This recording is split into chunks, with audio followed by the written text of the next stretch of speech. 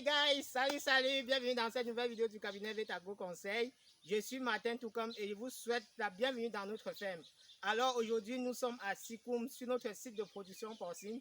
Je vous souhaite la bienvenue tout en vous disant que nous allons aborder une thématique super intéressante aujourd'hui. Il s'agit de la peste porcine africaine. Alors il faut suivre cette vidéo jusqu'à la fin. Je vous ai gardé une très belle surprise. Et la surprise, là, je ne peux pas la dévoiler maintenant, je vais la dévoiler à la fin. Alors, si tu es nouveau sur cette chaîne, je te rappelle que nous parlons de l'agro-pastoral, des opportunités qu'offre la filière, des difficultés que vous rencontrez lorsque vous exercez dans l'agro-pastoral ou que vous allez rencontrer lorsque vous allez décider de vous lancer. Mais surtout et surtout, les conseils et l'accompagnement nécessaires pour réussir votre projet en agro-pastoral. À travers nos consultations en ligne, nos services d'audit sur le terrain, nos formations et notre accompagnement technique sur le terrain, vous êtes sûr de réussir au moins votre projet à plus de 75%. Alors, si tu es nouveau, qu'est-ce qu'il faut faire pour bénéficier de tout ceci? La première des choses que tu dois faire, c'est cliquer sur le bouton abonner et sur la cloche de notification pour être informé une fois qu'une nouvelle vidéo est mise en ligne. Nous mettons en ligne au moins une vidéo par semaine et cette vidéo-là aborde une thématique sur l'agro-pastoral. Alors, avant d'aller tout droit sur la peste porcine africaine, je vous invite à découvrir Vetago Farm.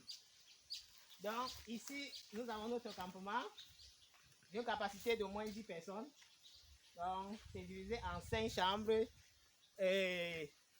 3 chambres de 2 personnes et 2 chambres de 3 personnes. Bon, je vais vous montrer quelque chose parce que lorsque nous vous donnons les conseils, ce n'est pas seulement pour donner. Souvent, c'est ce qu'on a vécu, on a tiré les leçons et on veut vous permettre d'éviter les mêmes choses. Alors, quand nous avons décidé de lancer cette ferme, nous avons commencé par faire un puits.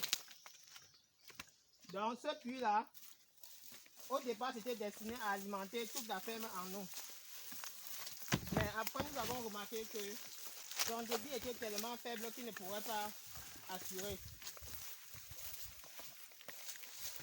Nous avons naturellement migré vers un forage.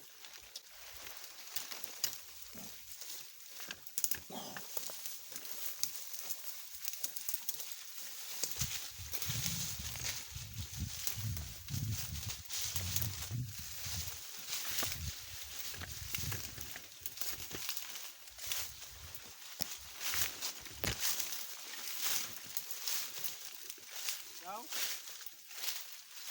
ici, c'est notre puits qu'on avait aménagé. Un bon puits aménagé, on a bien investi. Le puits ne sort pas.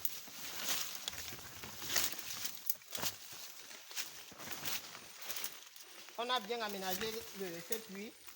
Bon, malheureusement, on avait besoin de moins 6 mètres cubes d'eau par jour. Et le puits ne pouvait même pas nous fournir 1 mètre cube par jour. Nous étions alors obligés d'abandonner cet investissement-là pour nous orienter tout droit vers le forage. Donc, vous comprenez que l'investissement sur le puits ne nous a pas beaucoup aidé.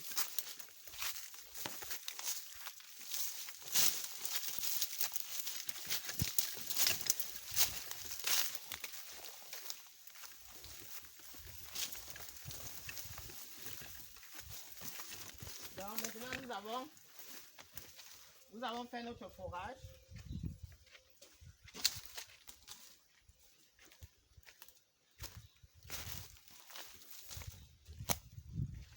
Donc là maintenant nous avons fait notre forage. Bon, pour ceux qui ne connaissent pas ça, c'est la pompe immergée. Donc c'est ça qu'on met dans l'eau pour envoyer l'eau dans le château qui est derrière vous là.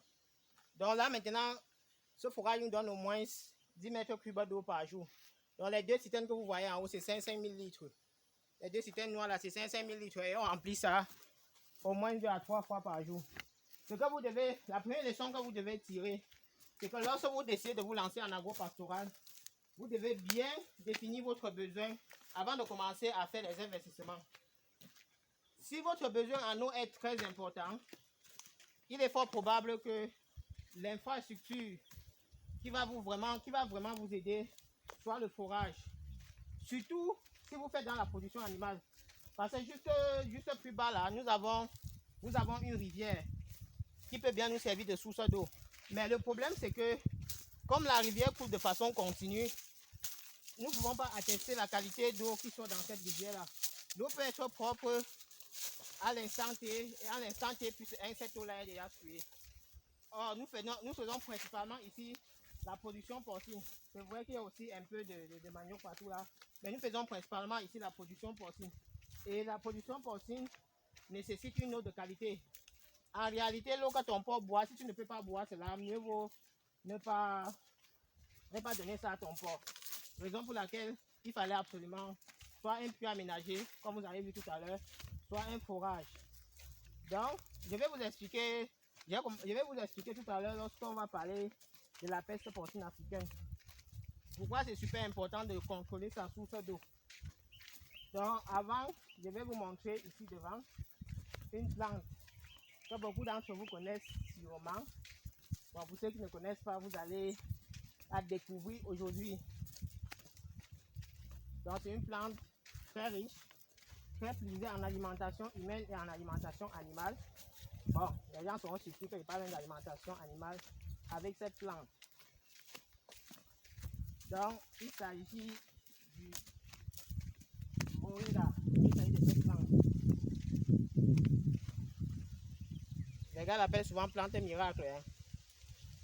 Très riche en calcium, en protéines, en vitamines. Donc, c'est cette plante-là qui forme une ceinture autour de notre ferme. Vous allez voir, c'est elle là. Elle est un peu partout là. Elle forme une ceinture autour de notre ferme. Parce que vous savez que sur notre chaîne, nous parlons beaucoup. Nous faisons beaucoup dans la promotion des solutions locales. Donc, sur chaque problème qui existe et que la solution utilisée actuellement ne provient pas d'Afrique, on essaie de réfléchir que dans notre environnement, qu'est-ce que nous pouvons exploiter pour proposer comme alternative à la solution exotique actuellement appliquée. Et le moringa s'avère être un élément très intéressant en termes de supplémentation alimentaire. Donc, ça c'était le moringa. Maintenant, je vous laisse découvrir. Ça, c'est notre bâtiment de maternité. C'est notre tout premier bâtiment construit par notre équipe. Et c'est ça que nous vous proposons. Il est magnifique, hein, ce bâtiment. Tout à l'heure, vous allez le découvrir. Je pense que nous allons même d'ailleurs faire une petite vidéo pour parler uniquement de ce bâtiment. Donc, je ne sais pas si le caméraman peut se rapprocher. Il filme un peu les rigoles. Il a été bien fait. En fait, ça, c'est vraiment un investissement à long terme, quoi. C'est pas... Il sera amorti au moins sur 20 ans. Bon. Maintenant, je vous présente beaucoup d'eau dont je vous parlais tout à l'heure. Bon, c'est là où on passe souvent nager. Hein. Vous savez, la nature, la vie en campagne est magnifique.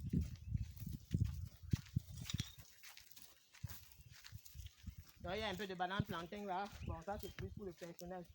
Il y a les ananas également. Ça sont les choses accessoires. C'est pas vraiment l'activité phare. Mais pour maintenir l'exploitation propre, nous faisons cette petite culture. Bon, il y avait également le pois de Kajang. La sécheresse est un peu touchée. Ça va repousser en saison des pluies. Donc, vous voyez, il y a le manioc, il y a la banane plantain, il y a l'ananas. Bon, il y a les papayes quelque part là. Hein. Donc, c'est un peu ça notre exploitation. Mais l'activité principale reste la production animale. Waouh, ananas bio. Il est magnifique celui-là.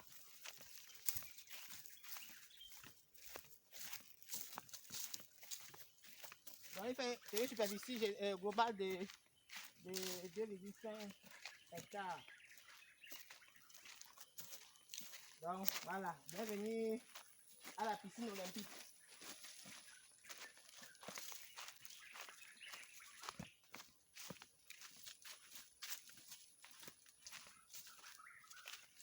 Il y a même des poissons. Hein.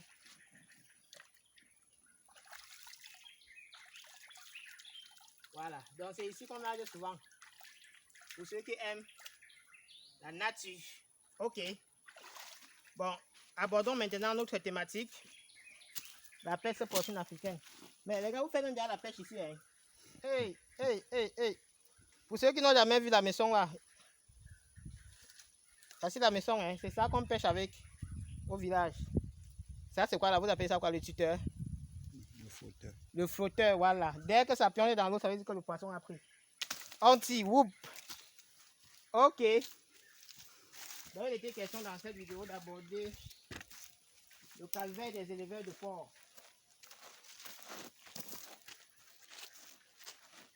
Donc, la peste porcine africaine, est une maladie virale. Donc, ça provient d'un virus de type alpha-viridé et ça tue les porcs donc, il y a 3 formes. Il y a la forme aiguë qui tue les porcs au bout de 48 heures. Il y a la forme sur-aiguë qui tue les porcs au bout de 48 heures. Il y a la forme aiguë qui tue les porcs au bout de quelques semaines et la forme chronique qui peut tuer vos porcs doucement au bout de quelques mois. Et c'est d'ailleurs cette forme qu'on rencontre le plus au Cameroun. Je me rappelle, il y a l'un des aînés qui suit cette page qui nous a contacté dernièrement pour dire que ses porcs avaient un problème. Et lorsqu'il m'a expliqué, il a dit que bon, c'est vrai que je n'ai pas examiné tes porcs, mais je pense que ça peut être la peste. Il a dit que non, ça peut pas être la peste, mais si c'était la peste, ceux qui sont tous morts depuis. Il a dit que non, grand frère, la peste, quand les gens comprennent peste, ils comprennent directement, mais c'est pas ça en fait. C'est pas ça la peste. La peste, il y a plusieurs formes. En fonction de la forme ou du type de virus qui t'a attaqué, les animaux peuvent vite mourir ou mourir lentement. Donc c'est cette forme de mourir lentement là qui devient de plus en plus fréquente. Bon, maintenant, la confusion se fait généralement avec d'autres maladies rouges, notamment le rouget. Le rouget, c'est une maladie due maintenant à une bactérie, la bacille du rouget. Donc, lorsque vous êtes attaqué par une maladie rouge, généralement les gens doutent entre le rouget et la peste. Mais bon, en réalité, pour faire la grande différence, il y a certains signes cliniques qui permettent de faire la différence, mais c'est surtout le laboratoire. C'est qu'on a isolé le virus ou qu'on a isolé la bactérie qui te permet de savoir s'il s'agit de la peste porcine africaine ou du rouget. Toutefois, le rouget, théoriquement, se soigne. Pratiquement, vraiment, je ne peux pas vous attester que cette maladie se soigne facilement. Mais théoriquement, ça se soigne avec la pénicilline. Ce qui fait que généralement, les vétérinaires font ce qu'on appelle un diagnostic thérapeutique. Ça voudrait dire, quand tu as déjà les premiers signes d'une maladie rouge, qui se traduit généralement par la rougeur de la peau, l'anorexie, souvent les avortements. Les gars administrent un traitement à base de la pénicilline. Après, quand on observe s'il n'y a pas de changement, il y a de fortes chances que ce soit la peste. Mais toutefois, la solution reste encore le laboratoire. Donc, comme vous avez pu déduire, la peste porcine africaine ne se soigne pas. Donc, la peste porcine africaine, il n'y a même pas de vaccin pour prévenir. Pourquoi? Parce que ce n'est pas un virus stable. C'est un virus qui mute facilement, donc il quitte d'une forme à l'autre. Or, pour mettre sur pied un vaccin, il faut que le virus soit stable pour qu'on dise que, ok, le sérotype, si, comme c'est telle forme, on va créer un antigène ou un anticorps qui va permettre de simuler la production des anticorps antivirus. Donc, pour pouvoir contrôler le virus ou le détruire dès qu'il veut apparaître. Mais malheureusement, ce virus-là n'a pas une forme vraiment, n'est pas très stable. Raison pour laquelle, jusqu'à présent, il n'y a pas encore de vaccin sur le marché pour ce virus-là. Donc, ce qui fait que quoi, lorsque tu fais l'élevage des porcs, tu n'as pas de vaccin pour soigner tes porcs, pour prévenir la maladie, et tu n'as pas de traitement pour soigner tes porcs lorsque la maladie apparaît. Alors, comment tu dois alors faire? Pour pouvoir éviter la maladie, tu dois d'abord connaître comment la maladie se transmet. Ça, c'est la première des choses. Lorsque tu connais comment la maladie se transmet maintenant, tu peux mettre sur pied ce qu'on appelle les mesures de biosécurité, qui n'est rien d'autre que l'ensemble des mesures mises sur pied dans un élevage pour éviter l'entrée des agents pathogènes, la propagation des agents pathogènes, voire la destruction des agents pathogènes. Donc, tu dois mettre sur pied ces ensembles de mesures. Généralement, ces mesures sont connues, mais c'est la mise en application qui reste le plus difficile. Raison pour laquelle nous faisons cette vidéo pour attirer votre attention. La filière porcine a un potentiel énorme. C'est un potentiel de 55 milliards si je prends seulement le cas du marché camerounais. Mais malheureusement, c'est l'une des filières que les gars craignent de plus, surtout les créanciers. Vous n'allez pas facilement voir quelqu'un qui va accepter de financer votre élevage de porc. Parce qu'on sait que d'un moment à l'autre, vous pouvez avoir la peste porcine africaine. Mais vous pouvez, après cette vidéo, vous pouvez vous démarquer, vous pouvez décider de faire cette activité-là de façon professionnelle. Alors, commençons déjà par comment se transmet la peste porcine africaine. La peste porcine africaine se transmet par deux voies, soit par la voie directe, soit par la voie indirecte. La voie directe, c'est généralement le contact entre les porcs, entre un porc sain et un porc malade. Et c'est la raison pour laquelle nous vous conseillons généralement 2 méthodes lors du choix des reproducteurs. Premièrement, lorsque vous voulez acheter les animaux que vous devez élever, n'allez pas au marché les acheter. Parce qu'au marché, on vend tout, même les maladies. Donc, vous partez au marché, il y a de fortes chances que vous achetez la maladie pour ramener dans votre ferme. Et ça va détruire tout votre cheptel. Ça se voit, on a déjà eu à vivre ce cas de figure plusieurs fois sur le terrain, que ce soit chez les porcs ou que ce soit chez les autres animaux. Après, maintenant, pour éviter que vos animaux soient contaminés, même quand vous prenez les animaux chez un éleveur, entre parenthèses, fiable, ça voudrait dire un éleveur connu, qui est professionnel, qui fait les choses dans les règles de l'art, vous devez avoir ce qu'on appelle le bâtiment de quarantaine. Dans le bâtiment de quarantaine, c'est là où vous allez mettre votre porc ou les nouveaux reproducteurs que vous avez pris. Vous allez les observer pendant au moins 3 semaines. Pendant les 3 semaines, la première des choses, ils vont s'acclimater avec l'environnement de votre ferme. S'ils ont une maladie, ça va, la période d'incubation, s'ils ont une maladie, la période d'incubation de la plupart des maladies se trouve entre 2 semaines et 3 semaines. Donc, ils vont commencer à manifester les signes cliniques. Et troisièmement, si c'est le genre de maladie curable, vous allez traiter avant de l'introduire dans votre ferme. Si c'est la peste, bon, vous êtes prévenu, vous voyez que ça ne donne pas, vous les abattez, vous faites un vide sanitaire vite fait pour éviter qu'ils ne contaminent les animaux que vous avez déjà à la ferme. Bon, en dehors de ça, généralement, nous recommandons, si vous voulez les reproducteurs, c'est mieux de les prendre chez un même éleveur ou autour chez 2 éleveurs. Notamment prendre les femelles chez un éleveur et prendre les verras chez un autre éleveur. Parce que plus vous diversifiez votre zone d'approvisionnement en reproducteurs ou en porcelain, vous diversifiez aussi vos chances d'avoir la maladie. Donc, vous avez plus de chances d'avoir la maladie. Or, si vous prenez chez 2 personnes, vous réduisez un peu plus la probabilité d'avoir la maladie parce que là, vous allez vous orienter vers les 2 éleveurs les plus fiables que vous avez sous la main. Et comment faire pour avoir un éleveur fiable? Soit vous vous rapprochez des structures d'accompagnement comme Vetago Conseil, soit vous vous rapprochez du Minepia, soit vous vous rapprochez des autres éleveurs. Maintenant, il y a la transmission de façon indirecte, qui est vraiment la pratique, qui est le mode de contamination le plus courant. Donc, il s'agit généralement d'une source de contamination qui n'est pas un autre animal, donc qui n'a pas de contact direct avec l'animal. Généralement, quand ça arrive, toi-même, tu ne parviens pas à comprendre ce qui s'est passé. Il s'agit notamment de l'eau, il s'agit de l'aliment. Et ici, aliment, je vais mettre un point important sur les eaux grasses, c'est-à-dire les déchets des restaurants, sur ce qu'on appelle chez nous les déchets issus de l'industrie brassicole. Il s'agit de la pâte de soja, de la drèche, de l'aliment composé qui vient des provenderies. Et aussi, bien sûr, non, c'est même le premier, du veto, en fait, des hommes. Parce que, bon, on va essayer de vous expliquer pourquoi. Tout à l'heure, je vous ai parlé de la source d'eau. Qu'il y a une rivière ici, comme vous ai montré dans cette vidéo, mais que nous préférons ne pas utiliser cette rivière-là.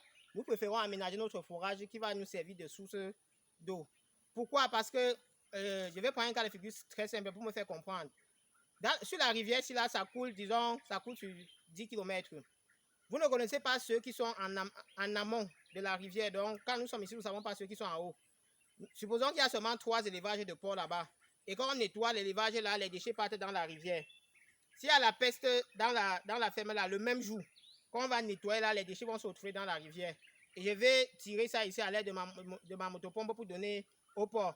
Ça voudrait dire qu'autour de 2 semaines après, moi-même, j'aurai la peste. Et c'est ainsi de suite. Raison pour laquelle vous devez contrôler votre source d'approvisionnement en eau. Maintenant, pour le veto. Le veto, généralement, c'est le médecin des animaux. Ça voudrait dire que le gars peut se taper même 50 fermes par jour. Vous comprenez directement que si les mesures ne sont pas prises en amont, il peut prendre la maladie d'une ferme pour ramener dans une autre ferme.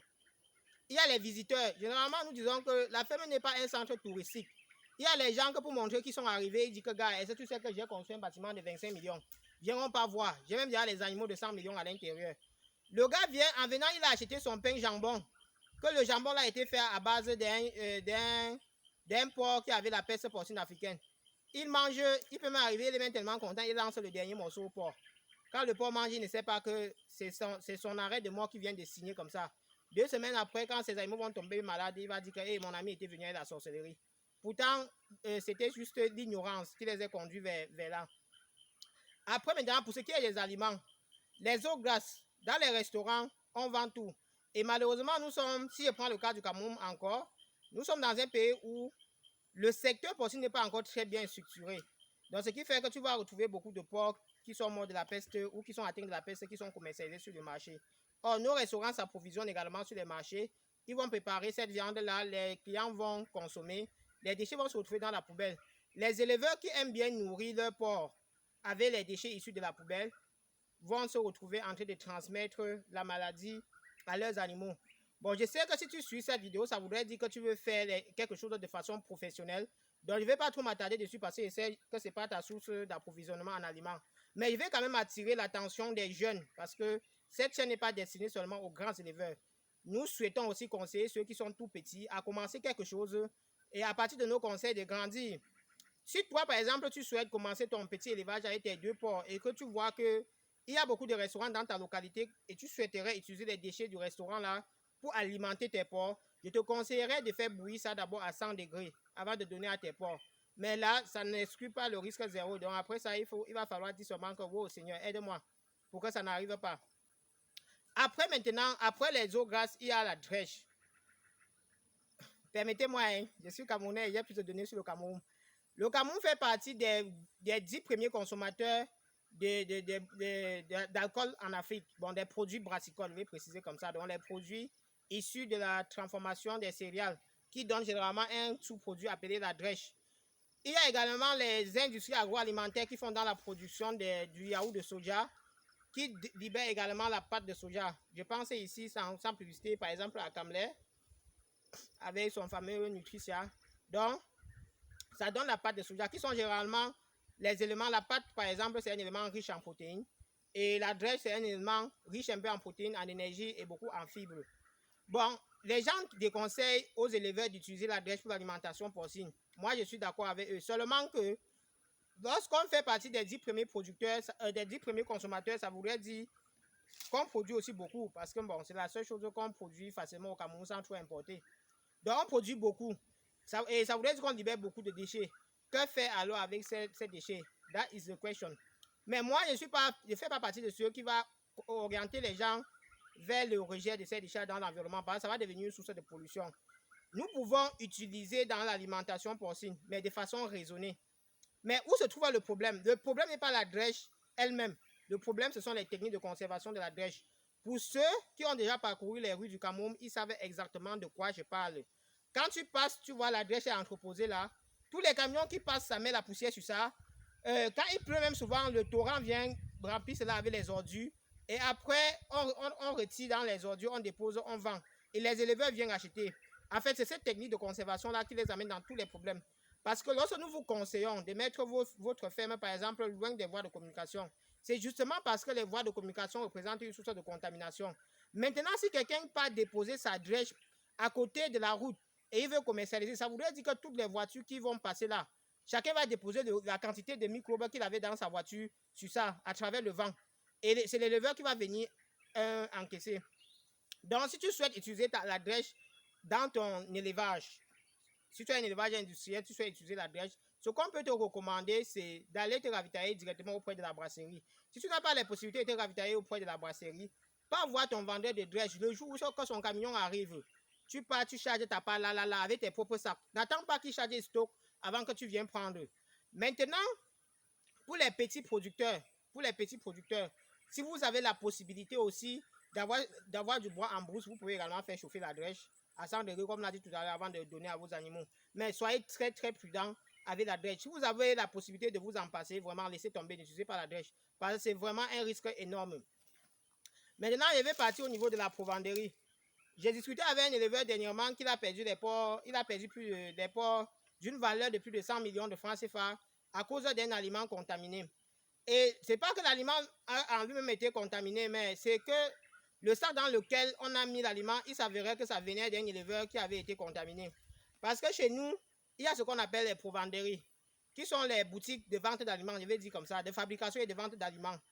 Quand tu arrives là-bas, il y a au moins 100 éleveurs et chacun a déposé ses sacs. On fabrique l'aliment, après on commence à prendre les sacs n'importe comment. On met l'aliment dedans et on partage. Ça veut dire quoi sur le plan pratique? Ça voudrait dire que si moi, par exemple, en venant de ma ferme, mes porcs avaient la peste, et que l'aliment, le sac d'aliment là est sorti de mon magasin qui a été déjà en contact avec le virus, il y a de fortes chances que le virus là se retrouve sur le sac. Lorsque je vais arriver à la provenderie, je dépose, tu prends le sac là, tu pars chez toi avec. Ça voudrait dire que tu es parti avec le virus. Tu arrives, tu sais l'aliment à tes animaux, 2 semaines après, ils ne commencent plus à manger. Après, ils commencent à mourir. Tu ne comprends rien. Raison pour laquelle tu dois être super prudent lorsque tu pars à la provenderie. C'est pas une partie de plaisir. Quand tu pars à la provenderie, tu te rassures que comme tu es arrivé là, on a fait ton aliment, on a servi soit dans les sacs neufs, soit dans les sacs que tu as apportés. Et après, tu charges et tu rentres chez toi.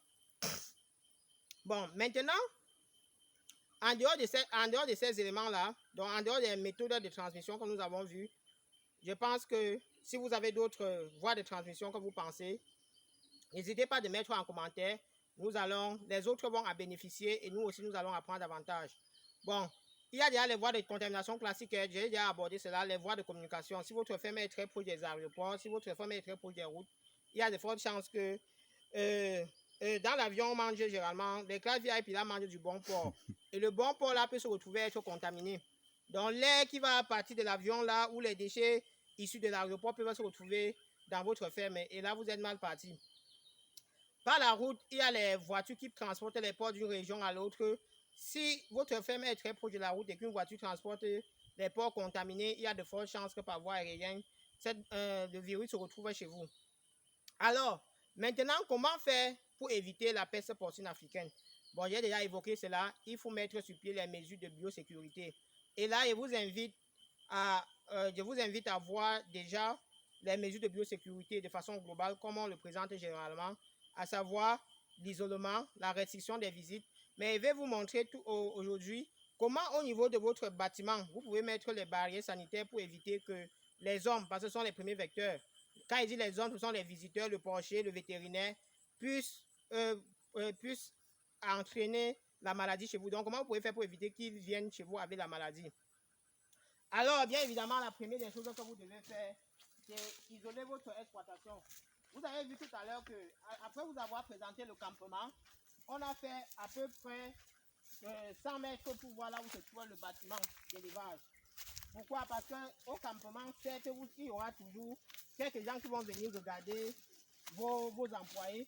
Mais il ne faut pas que quand ces gens-là arrivent, ils se retrouvent en contact direct avec votre bâtiment d'élevage. Parce que là, ils pourront contaminer vos animaux. Donc maintenant, nous allons aller au niveau du bâtiment. Nous allons voir les mesures que nous avons mis sur pied, que nous avons développées ici pour limiter l'incidence sur l'apparition de la peste porcine africaine dans notre exploitation. Que nous allons partager avec vous aujourd'hui volontiers. Donc, ici vous voyez, voici notre bâtiment d'élevage. La première différence, c'est que contrairement aux autres bâtiments, généralement quand vous arrivez sur un bâtiment d'élevage, vous voyez une seule entrée. Mais déjà, sur le côté latéral, bon, sur la largeur, nous avons déjà 2 entrées. Et à l'entrée, nous avons, au niveau du premier entrée, nous avons notre pédiluve. Donc c'est ici que, normalement, on trempe les pieds. Lorsqu'on va lancer la ferme, donc lorsqu'elle va devenir complètement fonctionnelle, on trempe les pieds ici. Et nous entrons ici dans un compartiment qu'on appelle le sax. Donc ça, c'est un bâtiment qui a été scindé en 2 blocs. Et vous voyez, il y a les carreaux au sol. Donc il y a les carreaux au sol. Nous avons 2 compartiments. Ça, c'est la zone sale. Et de l'autre côté, on va passer tout à l'heure vers la zone propre. Quel est le rôle de la zone ci? Normalement, pour éviter de transmettre les virus ou les bactéries que j'ai pris à l'extérieur, donc les agents pathogènes que j'ai pris à l'extérieur au sein de l'exploitation, dans la zone ci, il y aura un armoire qu'on va fixer ici. Et là, quand quelqu'un arrive, il enlève tous les habits qu'il est venu avec, il met là. Donc ça, c'est la zone sale. Ça veut dire qu'il va laisser tout ce qui est souillé ici. Une fois qu'il a mis là, il va passer dans la zone propre. Dans la zone propre, nous avons le lavabo pour les mains. Nous avons le lavabo pour les mains. Et ici, nous avons la douche. Donc ce qui fait que même c'est le ministre camerounais de l'élevage qui va entrer ici. Quand il arrive, on dit que boss, pardon, votre veste là est souillée, mettez ça de l'autre côté. Quand il arrive ici, il se lave et il y aura les habits propres à la ferme, comme ce que je porte ici, avec les bottes. Quand tu as fini de te laver, tu portes maintenant les habits de la ferme.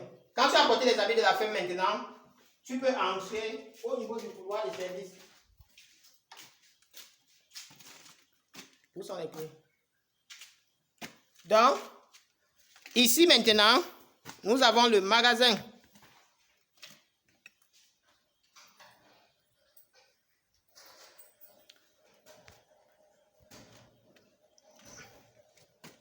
Donc ici, nous avons le magasin. Je vais vous expliquer tout à l'heure à quoi ça va servir. J'attends un peu les clés là. Oh.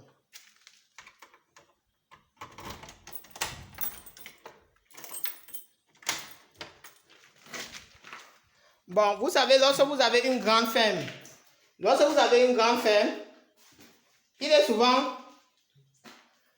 est souvent difficile que vos employés seuls déchargent l'aliment lorsque l'aliment arrive.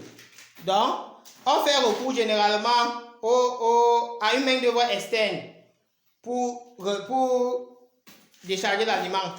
Mais le problème, c'est que cette main-d'œuvre externe là représente un risque pour votre exploitation.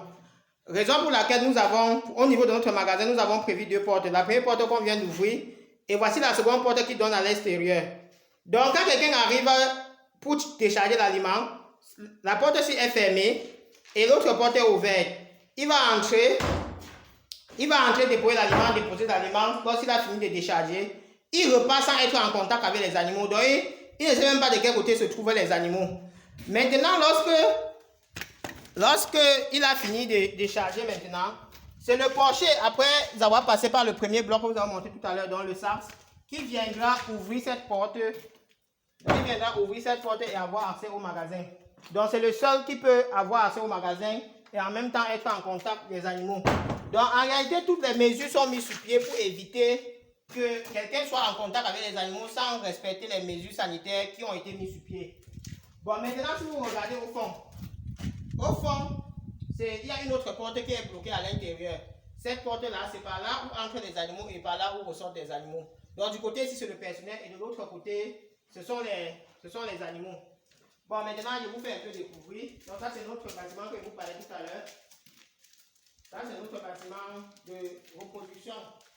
C'est 24 loges de maternité et 2 loges de Vera. 2 ou 4 loges de Vera.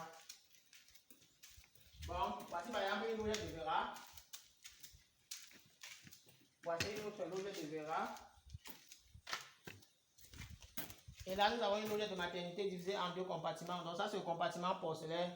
Et ça c'est le compartiment cuir. Donc, alors, si vous avez aimé cette vidéo, n'hésitez pas de mettre un j'aime, de partager pour faire bénéficier le maximum de personnes. Si vous avez des techniques que vous utilisez chez vous, si vous avez un médicament que vous utilisez pour éviter la peste porcine africaine, n'hésitez pas de mettre en commentaire pour que nous en débattons. Parce qu'aujourd'hui, il est crucial que pour l'évolution de la filière porcine africaine, il faut que nous trouvions une solution pour la peste porcine africaine. Raison pour laquelle nous avons pris soin de partager avec vous notre expérience sur cette maladie, les techniques que nous mettons sur pied pour éviter cette maladie dans notre exploitation. Donc nous attendons en commentaire les techniques que vous mettez aussi sur pied à votre niveau pour éviter des problèmes dans votre élevage. Alors n'hésitez pas de vous abonner, n'hésitez pas de cliquer la cloche de notification pour bénéficier de toutes nos vidéos. N'hésitez pas surtout de partager dans tous vos groupes de production, de producteurs de porc pour les faire bénéficier de ces conseils et bien sûr pour faire aussi grandir la communauté. Alors merci beaucoup de nous avoir suivis et à la prochaine vidéo.